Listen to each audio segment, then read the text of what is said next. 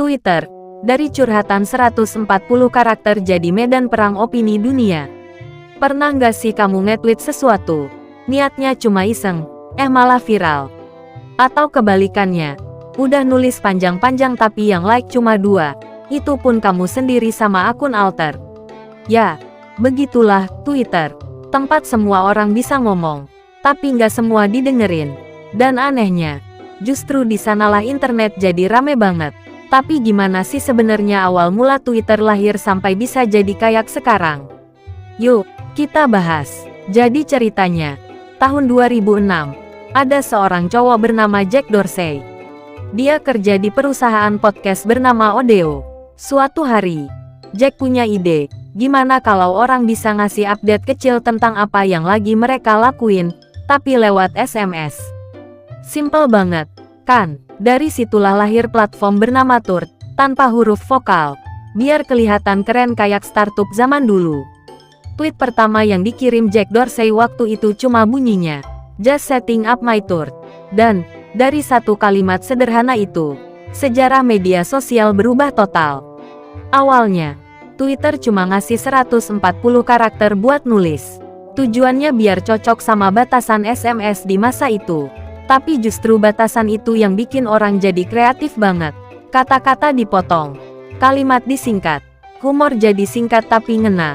Lahirlah budaya celetukan tajam yang khas banget di Twitter. Disinilah muncul tren kayak tweet war, tweet nyindir, dan thread panjang yang ujung-ujungnya bikin orang scroll sampai subuh. Tapi jangan salah, Twitter bukan cuma tempat bercanda. Platform ini juga punya peran besar di dunia nyata. Mulai dari Arab Spring di Timur Tengah, tagar Meto, sampai gerakan tagar Black Lives Matter, semua dimulai dan menyebar lewat Twitter. Karena sifatnya real time, cepat banget buat nyebarin info. Kadang berita di TV aja kalah cepat sama tweet orang biasa di lapangan. Twitter jadi kayak panggung demokrasi global, di mana semua orang bisa bersuara. Tapi ya, makin besar, makin rame, makin banyak drama. Twitter itu kayak dunia kecil tempat semua topik bisa meledak. Gosip artis, politik, sepak bola, sampai debat receh kayak nasi dulu atau lauk dulu. Dan yang paling khas, cancel culture. Satu tweet salah, bisa jadi karir berakhir. Tapi di sisi lain, justru itulah yang bikin Twitter beda. Semua orang punya mic-nya masing-masing. Tinggal seberapa berani aja ngomong di depan ribuan orang. Lalu, datanglah tahun 2022, si Bapak Roket, Elon Musk, beli Twitter. Langsung heboh, dia ubah banyak hal, dari sistem centang biru yang tadinya buat orang terkenal, jadi bisa dibeli siapa aja. Sampai akhirnya nama Twitter dihapus dan diganti jadi X. Logo burung biru yang udah ikonik selama 17 tahun pun, resmi pensiun. Banyak yang bilang, Twitter udah nggak sama lagi. Tapi yang lucu, walaupun logonya udah ganti, orang-orang tetap aja nyebutnya Twitter, bukan X. Kebiasaan emang susah dihapus.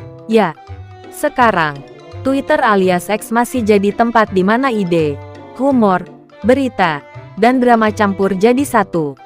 Mau tahu trending dunia? Cek Twitter. Mau lihat meme baru? Ada di Twitter. Mau lihat orang ribut gara-gara opini receh? Apalagi, meskipun banyak yang pindah ke platform lain, tapi satu hal yang pasti, nggak ada tempat lain yang bisa nyamain kecepatan, kekacauan, dan spontanitas Twitter. Jadi, kalau dipikir-pikir, Twitter tuh kayak cermin dunia digital kita. Kacau, lucu, kadang nyebelin, tapi disitulah semua orang bebas jadi diri sendiri, atau pura-pura jadi orang lain. Dari satu tweet sederhana di tahun 2006, sampai miliaran tweet hari ini, Twitter udah ngubah cara kita ngobrol, berdebat, dan bahkan, berpikir. Entah kamu nyebutnya Twitter, X, atau tempat orang war tiap hari.